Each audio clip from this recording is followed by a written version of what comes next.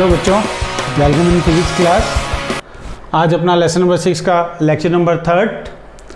Last lecture में अपन ने पढ़ा था व्हीटस्टोन सेतु और उस पर बेस्ड मीटर सेतु, Wheatstone bridge and meter bridge. आज अपना बिल्कुल नया टॉपिक है। मेनली देखा जाए तो इस पर बेस्ड आपके 4 प्रैक्टिकल हैं आपके राजस्थान बोर्ड एग्जाम में। सीबीएसई बोर्ड में भी ये प्रैक्टिकल करवाए जाते हैं, पोटेंशियोमीटर के ही हैं। जैसे टॉपिक आते जाएंगे अपन वहाँ डिस्कस करते चलेंगे।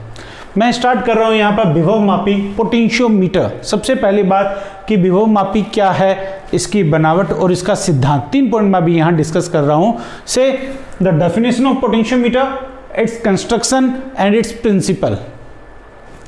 विभव मापी एक ऐसा उपकरण है जिसकी सहायता से किन्हीं 2 बिंदुओं के मध्य विभवांतर या विद्युत वाहक बल का मान ज्ञात किया जाता है। It is a device by which we measures potential difference between 2 points, or we say we measure the unknown EMF by using the potentiometer. Second बात, जो विभव मापी है ये एक अनंत प्रतिरोध की युक्ति है। It is device of infinite resistance, अनंत प्रतिरोध की युक्ति है जो कि परिपथ में विभवांतर मापते समय किसी भी तरह की कोई धारा ग्रहण नहीं करती। यानी मैं यूं भी कह सकता हूं कि जो विभव मापी है वो अविक्षेप विधि पर आधारित है, शून्य विक्षेप विधि पर आधारित है। Say the potentiometer is a device of infinite resistance, so it does not accept any part of current during the measuring of potential difference in the circuit. Also we say it is based on no deflection method or zero deflection method. Second बात यहां पर आ जाती है कि जो potentiometer है, इससे पहले अपन बात कर चुके हैं वोल्टमीटर की। वोल्टमीटर भी क्या करता है, विभवांतर नापता है। Voltmeter is also measuring potential difference. तब वोल्टमीटर और विभव मापी से रिलेटेड एक क्वेश्चन बनता है क्या, कि जो विभव मापी है वोल्टमीटर की तुलना में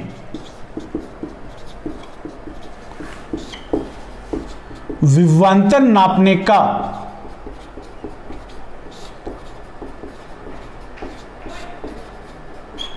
आदर्श उपकरण माना जाता है। आदर्श उपकरण माना जाता है। क्यों? ये बहुत अच्छा क्वेश्चन बनता है। सबसे पहला जो क्वेश्चन आपसे बनता है इससे रिलेटेड, why the potentiometer is an ideal device for measuring the potential difference in compare to voltmeter. मैं बात करता हूं वोल्टमीटर की। परिपथ में ये एक प्रतिरोध है, मान है कितना R, रेजिस्टेंस है कितना R। इसके सिरों पर विभवांतर मापने के लिए समांतर क्रम में क्या जोड़ा जाता है, वोल्टमीटर जोड़ा जाता है। For measuring potential difference across the resistance R we use a voltmeter in parallel to it. Parallel combination में वोल्टमीटर को जोड़ा जाता है। कैसे नापते हैं, यहां से धारा प्रवाहित हो रही है कितनी, I। इस जंक्शन पॉइंट पर, संधि बिंदु पर, इस वोल्टमीटर का सीमित प्रतिरोध होने के कारण, फाइनाइट रेजिस्टेंस होने के कारण, इस धारा का कुछ पार्ट ये क्या कर लेता है, एक्सेप्ट कर लेता है। सपोज करें ये धारा आ रही थी, करंट आ रही थी, इसका कितना पार्ट I' ये वोल्टमीटर एक्सेप्ट कर लेता। दैट मीन्स जो रिमेनिंग पार्ट है करंट का कितना रह जाएगा, I माइनस I'। इसका मतलब R के सिरों पर जो पोटेंशियल डिफरेंस आएगा वो कितना आएगा, I minus I' into R। जबकि होना कितना चाहिए था, IR होना चाहिए था। बट वोल्टमीटर का सीमित प्रतिरोध होने के कारण, फाइनाइट रेजिस्टेंस होने के कारण, ये प्रतिरोध के सिरों पर जो विभवांतर नापता है वो यथार्थ नहीं होता, एक्यूरेट नहीं होता। जबकि जो विभव मापी है, मैं बता चुका हूं, अनंत प्रतिरोध की एक युक्ति है, अविक्षेप विधि पर आधारित है। यानी परिपथ में ये प्रतिरोध के सिरों पर विभवांतर नापते समय किसी भी तरह की कोई धारा ग्रहण नहीं करता, can't accept any part of current. इसका मतलब इसके द्वारा मापा गया विभवांतर क्या होगा, यथार्थ होगा। अतः विभव मापी वोल्टमीटर की तुलना में एक आदर्श उपकरण माना जाता है। Hence potentiometer is assume an ideal device for measuring the potential difference in compare to voltmeter. ये दो ही बातें लिखनी है। क्या?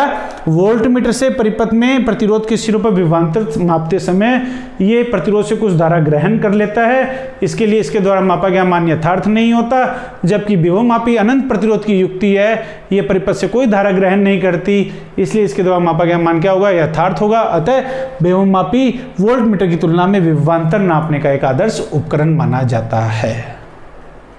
ये पहला क्वेश्चन बनता है आपका। सेकंड में बात करता हूं कंस्ट्रक्शन की, बनावट की। बिल्कुल सिंपल सी बात है कि जो विभवमापी है ये लकड़ी का एक तख्ता होता है, लकड़ी का एक बोर्ड होता है इस प्रकार से।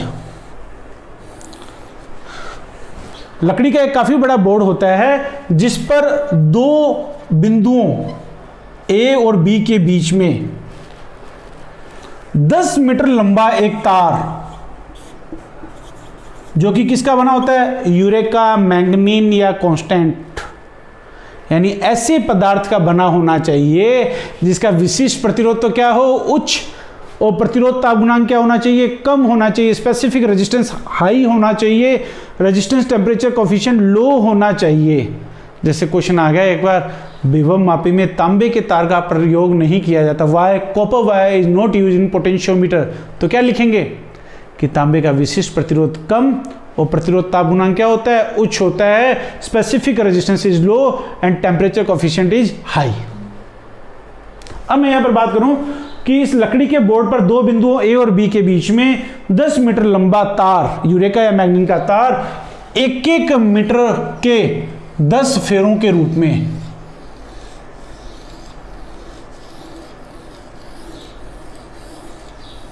बंधा रहता है। ये 10 वायर हैं, अलग अलग पार्ट्स में नहीं है, एक ही वायर को क्या किया? पॉइंट ए पे कनेक्ट किया। यहां मेटल की स्ट्रिप लगी रहती है, इस तरह से धातु की पत्तियां लगी रहती है।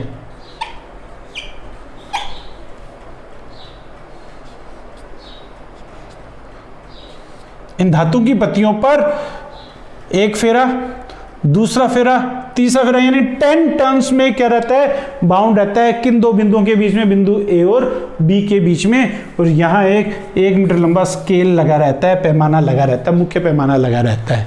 यही आपका विभवमापी है। इतना ही लिखना है विभवमापी की बनावट में। क्या कि विभवमापी लकड़ी के बोर्ड पर दो बिंदुओं ए और बी के मध्य 10 मीटर लंबा यूरेका या मैंगनीन का तार 1-1 मीटर के 10 फेरों के रूप में बंधा हुआ रहता है तथा इस पर 1 मीटर स्केल लगा रहता है। This is the construction of potentiometer. सबसे इंपॉर्टेंट पार्ट आता है इसका प्रिंसिपल। आगे का पूरा पार्ट केवल और केवल इसी सिद्धांत पर आधारित है, इसके प्रिंसिपल पे बेस्ड है। अपन जो टॉपिक डिस्कस करेंगे वो है अपना विभवमापी का सिद्धांत, प्रिंसिपल ऑफ पोटेंशियोमीटर। बहुत सिंपल सा है, ये समझ में आ गया, आगे की किसी भी टॉपिक में कोई भी प्रॉब्लम नहीं आएगी।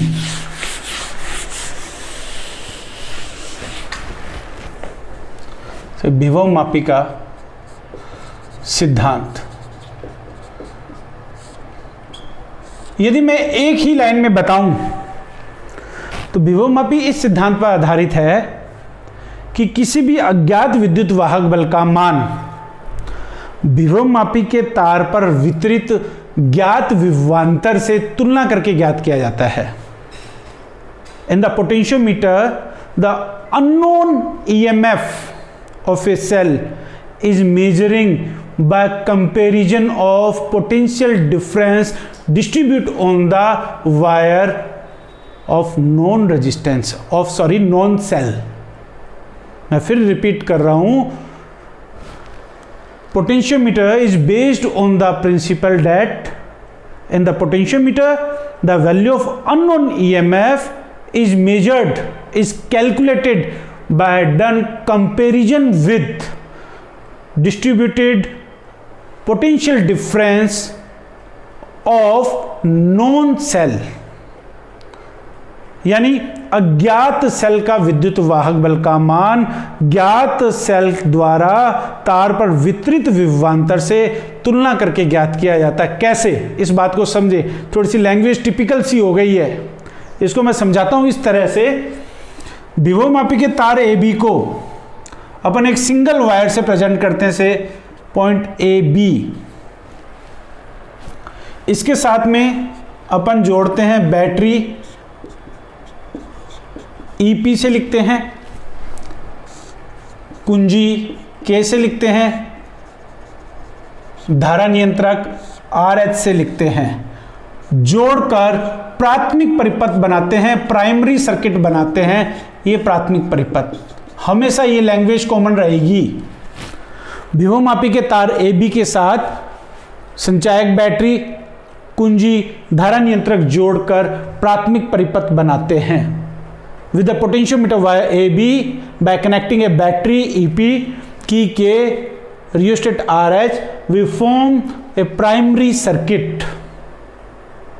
अब जिस सेल का विद्युत वाहक बल हमें ज्ञात करना है, यानी अज्ञात सेल, उसके धन सिरे को उच्च विभव के बिंदु हाई पोटेंशियल पॉइंट से कनेक्ट करते हैं से प्लस, और नेगेटिव सिरे को गैल्वेनोमीटर से धारा मापी से, और धारा मापी को जॉकी जे से। ये अज्ञात सेल है, इसको लिखा है मैंने किससे, E1 से, और जॉकी को लिखा है किससे, जे से।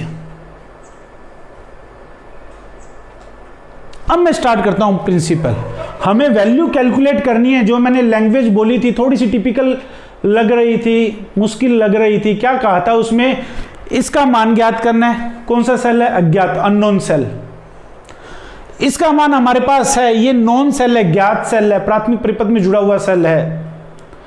इस सेल के कारण इस तार पर जो विभवांतर डिस्ट्रीब्यूट होगा, जो पोटेंशियल डिफरेंस डिस्ट्रीब्यूट होगा, उस पोटेंशियल डिफरेंस से इसका क्या करेंगे, कंपैरिजन करेंगे, तुलना करेंगे, और फिर E1 ज्ञात करेंगे। कैसे करेंगे, अभी बात करें। क्या, यदि विभव मापी के तार ए बी, विभव मापी के तार ए बी की एकांक लंबाई पर विभव पतन, इसको अपन कहते हैं, आगे मैं बताऊंगा अभी, विभव प्रवणता। इस पूरे चैप्टर में ये एक पॉइंट इंपॉर्टेंट है, कितना x लें तो ये आपके पास आएगा EP/L, इक्वेशन नंबर फर्स्ट। क्या लिखा है मैंने, potential drop on per unit length of potentiometer wire AB that is named as potential gradient x is equal to EP/L। क्या कह रहा है ये सेल है। सेल का क्या काम है, विद्युत ऊर्जा प्रदान करना परिपथ में, इलेक्ट्रिक एनर्जी प्रोवाइड करना। ये विद्युत ऊर्जा प्रदान करेगा, कितनी कर सकता है, अधिकतम कितनी कर सकता है। जैसे मैंने आपको 100 रुपये दिए खर्च करने के लिए, एक मैदान में खर्च करके आना है आपको, ज़्यादा से ज़्यादा कितना खर्च कर सकते हो, 100 रुपये कर सकते हो। यानी इस विभवमापी के तार की लंबाई मैंने मानी है L, पूरे विभवमापी के तार की लंबाई कितनी ली है, कैपिटल L, और वोल्टेज जो है, जो EMF है ज्ञात EP, जैसे ही इस कुंजी को जोड़ूंगा ये सेल क्या प्रवाहित करेगा, धारा। तो यहाँ पर ज़्यादा से ज़्यादा विभवांतर कितना ड्रॉप कर सकता है, EP कर सकता है। L लंबाई के सिरों पर वोल्टता पतन कितना हो सकता है, EP। तो एकांक लंबाई पर कितना होगा, EP/L, और इसी को अपन ने कैलकुलेट किया। क्यों किया मैं आगे बताऊंगा अभी। इसी टर्म को अपन क्या कहते हैं, विभव प्रवणता, यानी पोटेंशियल ग्रेडियंट। अब यदि मैं बात करूं क्या, कि सिरे A से, यहां पर इस बिंदु को मैं नाम दूं P, सिरे A से बिंदु P की लंबाई स्मॉल l हो। क्या, सिरे A से बिंदु P की लंबाई l हो, तब पूरे तार की लंबाई पे तो विभवांतर कितना ले रहे थे, EP। अब मैं बात कर रहा हूं AP की, तब तार AP पर उत्पन्न विभवांतर, इसको लिख रहा हूं किससे, कितना होगा, इसलिए कैलकुलेट किया। एक बॉक्स में 50 सेव है, मुझे 50 के 50 सेव का कॉस्ट, मूल्य मालूम करना है। तो एक तरीका मेरे पास है कि मैं किसी भी तरीके से एक सेब की कॉस्ट कैलकुलेट कर लूँ, मूल्य मालूम कर लूँ। मैंने कहा एक सेब की कॉस्ट 10 रुपये है, तो बताओ 50 सेब की कितनी होगी, 10 × 50। वही मैंने किया है। मुझे इस L लंबाई के सिरों पर विभवांतर ज्ञात करना था। एकांक लंबाई पर कितना है, x, तो L लंबाई पर कितना होगा, XL, यानी समीकरण नंबर 2। बहुत ध्यान से समझना इस बात को। अब अपन क्या करें, इस जॉकी को, विसर्पी कुंजी को क्या करते हैं, इस तार के अलग अलग पॉइंट्स पर, अलग अलग बिंदुओं पर स्पर्श करवाते हैं। विसर्पी कुंजी को तार के बिंदु P1 पर जैसे ही स्पर्श करवाता हूं, तार के बिंदु P1 पर स्पर्श करवाता हूं, तो उत्पन्न विभवांतर कितना आएगा, V। किस सेल के कारण, सेल EP के कारण। और अब ये अननोन सेल भी ड्रॉप करेगा, इसके कारण जो विभवांतर होगा वो कितना होगा, E1 होगा। क्या, विसर्पी कुंजी को तार पर स्पर्श कराने पर ज्ञात सेल EP के कारण उत्पन्न विभवांतर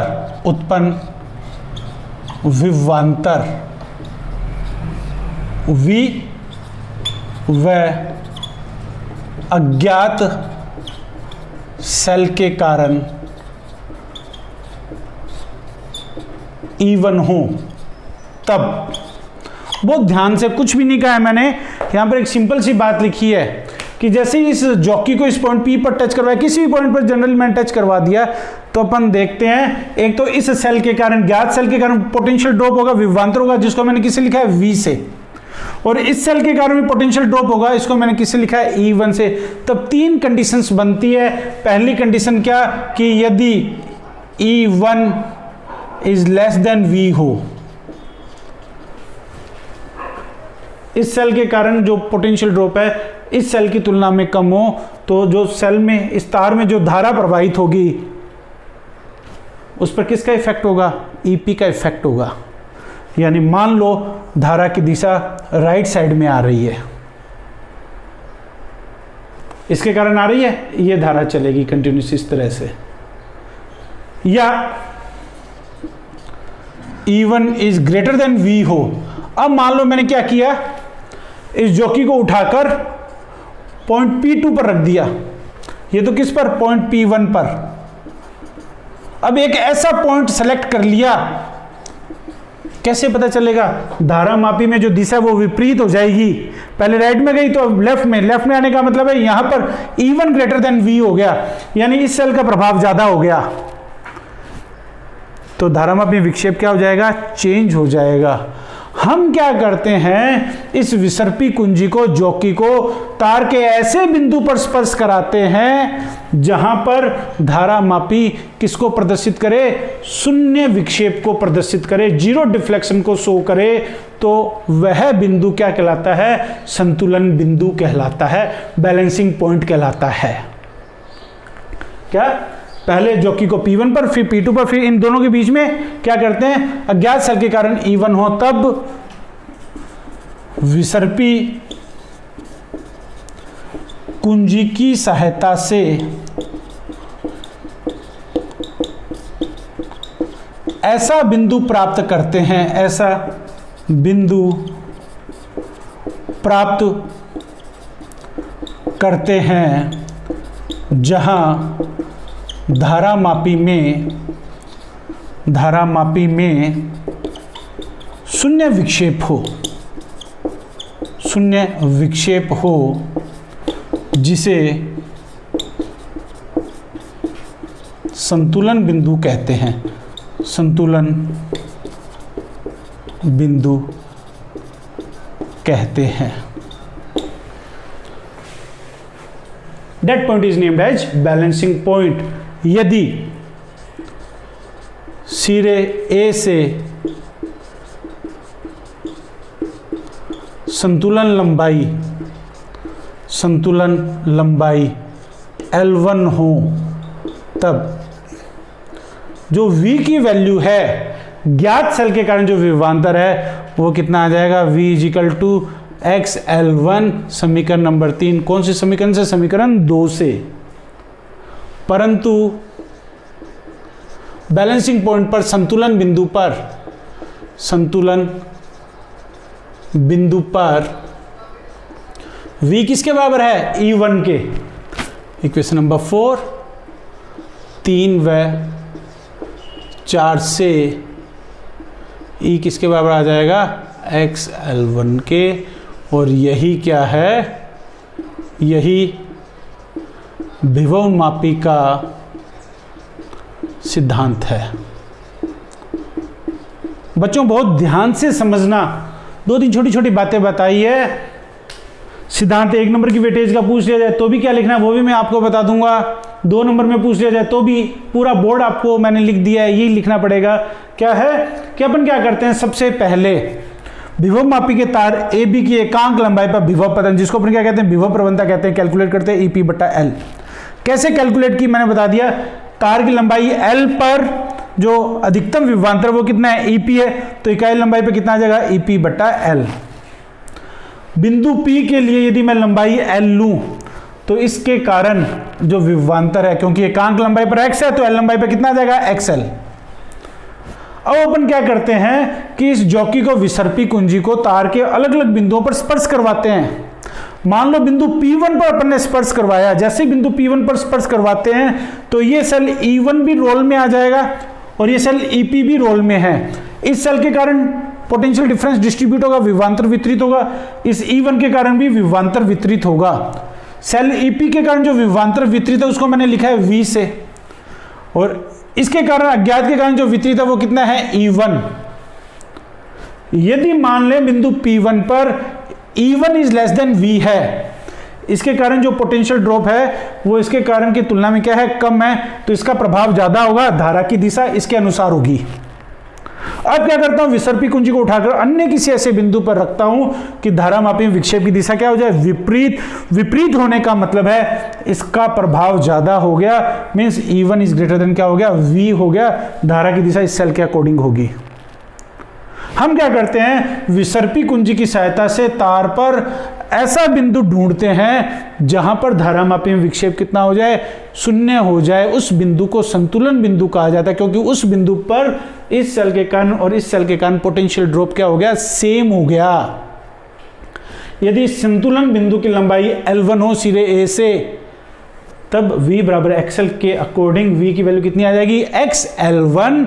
और संतुलन बिंदु पर V किसके बराबर है, E1 के, तो E1 की वैल्यू कितनी आ जाएगी से, E1 is equal to XL1। यानी इस ज्ञात सेल से वितरित विभवांतर से तुलना करके मैंने किसका मान ज्ञात किया है, अज्ञात विद्युत वाहक बल का मान ज्ञात किया है। और यही क्या विभव मापी का सिद्धांत है। This is the principle of potentiometer. ये आपका विभव मापी का सिद्धांत। अब इसी से रिलेटेड एक छोटी सी डेफिनेशन है आपकी, वो है विभव प्रवणता। सिंपल से क्वेश्चन भी बनते हैं, अपन अभी डिस्कस कर लेते हैं उसको।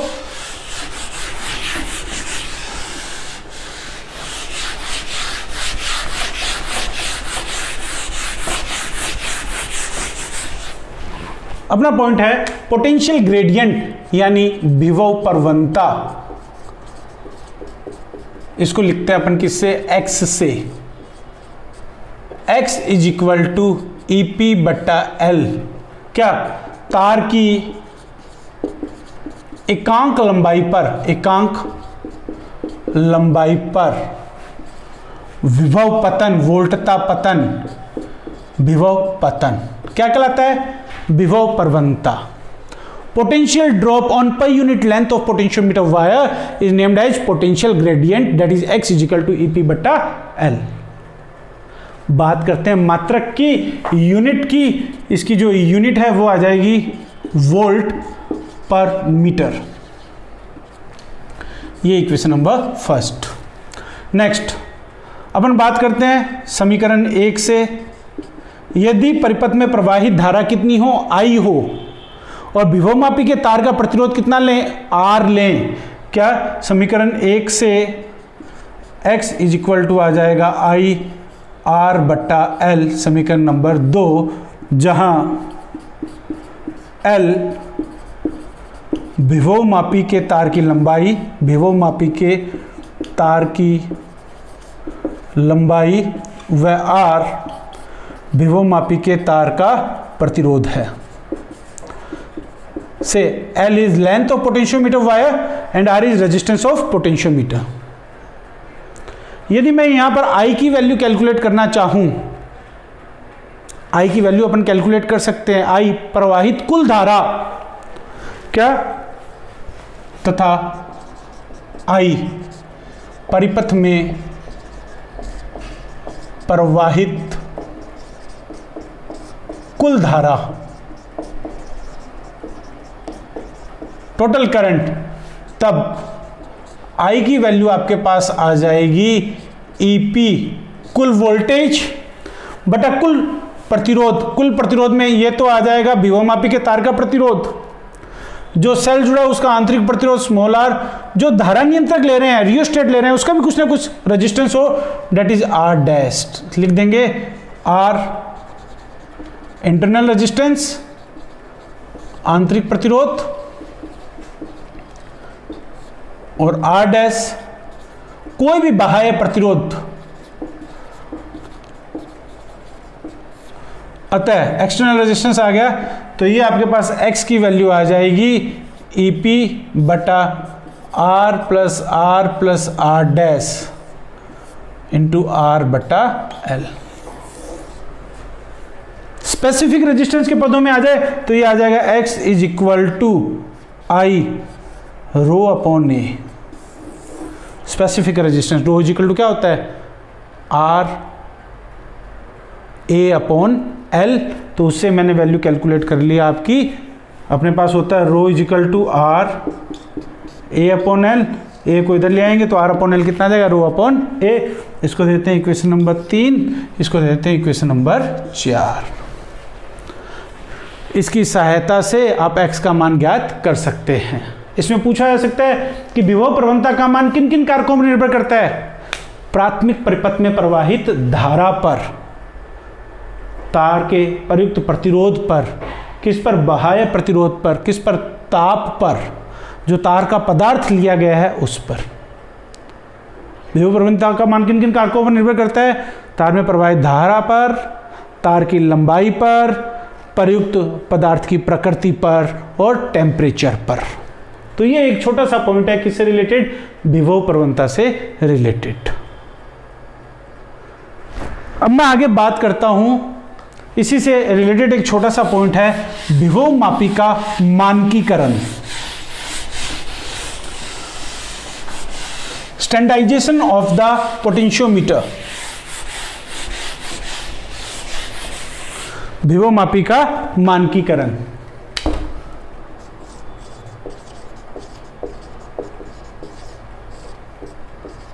विभवमापी का मानकीकरण, स्टैंडर्डाइजेशन ऑफ पोटेंशियोमीटर, मापी का मानकीकरण, स्टैंडर्डाइजेशन ऑफ पोटेंशियोमीटर। मानकीकरण का मतलब है विभवमापी द्वारा विभव प्रवणता का यथार्थ मान ज्ञात करना। विभवमापी द्वारा विभव प्रवणता का यथार्थ मान ज्ञात करने की जो प्रक्रिया है उसको क्या कहते हैं, मानकीकरण। The process for measuring the exact accurate value of potential gradient by potentiometer is named as standardization। और विभवमापी के मानकीकरण के लिए अपन मानक सेल यूज में लेते हैं, स्टैंडर्ड सेल यूज में लेते हैं। मानक सेल वे सेल जिनका विद्युत वाहक बल हमें ज्ञात हो। दो सेल यूज में लिए जाते हैं, कैडमियम सेल, इसका जो EMF है 1.018, कहाँ पर, 20 डिग्री सेल्सियस पर। और दूसरा जनरली अपन जो यूज में लेते हैं डेट इज डैनियल सेल, और डैनियल सेल का जो EMF है that is 1.08 volt 20 degree Celsius पर। इन सेलों की सहायता से अपन क्या करते हैं, विभवमापी का मानकीकरण करते हैं। किस तरह से करते हैं बच्चों, अपन बात करते हैं परिपथ की। अब परिपथ हर जगह यही रोल प्ले करेगा। विभवमापी का प्राथमिक परिपथ बनाते हैं, प्राइमरी सर्किट बनाते हैं। किस तरह से, एक ही बात आपको बार बार लिखनी है, विभवमापी के तार AB के साथ बैटरी, कुंजी, धारा नियंत्रक जोड़ते हैं और द्वितीयक परिपथ में मानक सेल जिसका विद्युत वाहक बल हमें ज्ञात है, स्टैंडर्ड सेल, गैल्वेनोमीटर और जॉकी जे। कुछ भी नहीं करना है, प्राथमिक परिपथ में कुंजी K को जोड़ते हैं और जॉकी जे को ऐसे बिंदु पर स्पर्श करवाते हैं जहां पर धारामापी क्या प्रदर्शित करे, शून्य विक्षेप प्रदर्शित करे, जीरो डिफ्लेक्शन शो करे। यदि इस संतुलन बिंदु की सिरे A से लंबाई बैलेंसिंग लेंथ L0 हो तब विभवमापी का सिद्धांत क्या कहता है, E0 किसके बराबर आएगा, XL0 के। या इस समीकरण 1 से x की वैल्यू कैलकुलेट कर लेंगे, डेट इज E0 बटा L0। और इसी प्रक्रिया को जिसमें अपन किसका मान ज्ञात कर रहे हैं, विभव प्रवणता का एक्यूरेट यथार्थ मान ज्ञात कर रहे हैं, क्या कहते हैं, विभवमापी का मानकीकरण। विभवमापी में 2-3 बातें हमें ध्यान रखनी है, क्या कि जो प्राथमिक परिपथ में सेल लिया जाता है उसका विद्युत वाहक बल द्वितीयक परिपथ में अज्ञात विद्युत वाहक बल से हमेशा ज्यादा होना चाहिए, तभी संतुलन बिंदु प्राप्त होगा, नहीं तो संतुलन बिंदु आएगा ही नहीं। The EMF of cell in primary circuit is always higher than the cell in secondary circuit। Second, जो जॉकी है, जो विसर्पी कुंजी है, इसको तार पर रगड़ना नहीं चाहिए, तार पर जॉकी को उठा के रखना चाहिए ताकि घर्षण के कारण एनर्जी लॉस नहीं हो, रेजिस्टेंस चेंज नहीं हो। तो बच्चों ये मैंने आपको बताया है इस क्लास में आज विभवमापी क्या है, विभवमापी की बनावट क्या है, विभवमापी का सिद्धांत क्या है, विभवमापी का मानकीकरण। नेक्स्ट क्लास में अपन डिस्कस करेंगे एप्लीकेशन ऑफ पोटेंशियोमीटर, विभवमापी के काफी सारे अनुप्रयोग।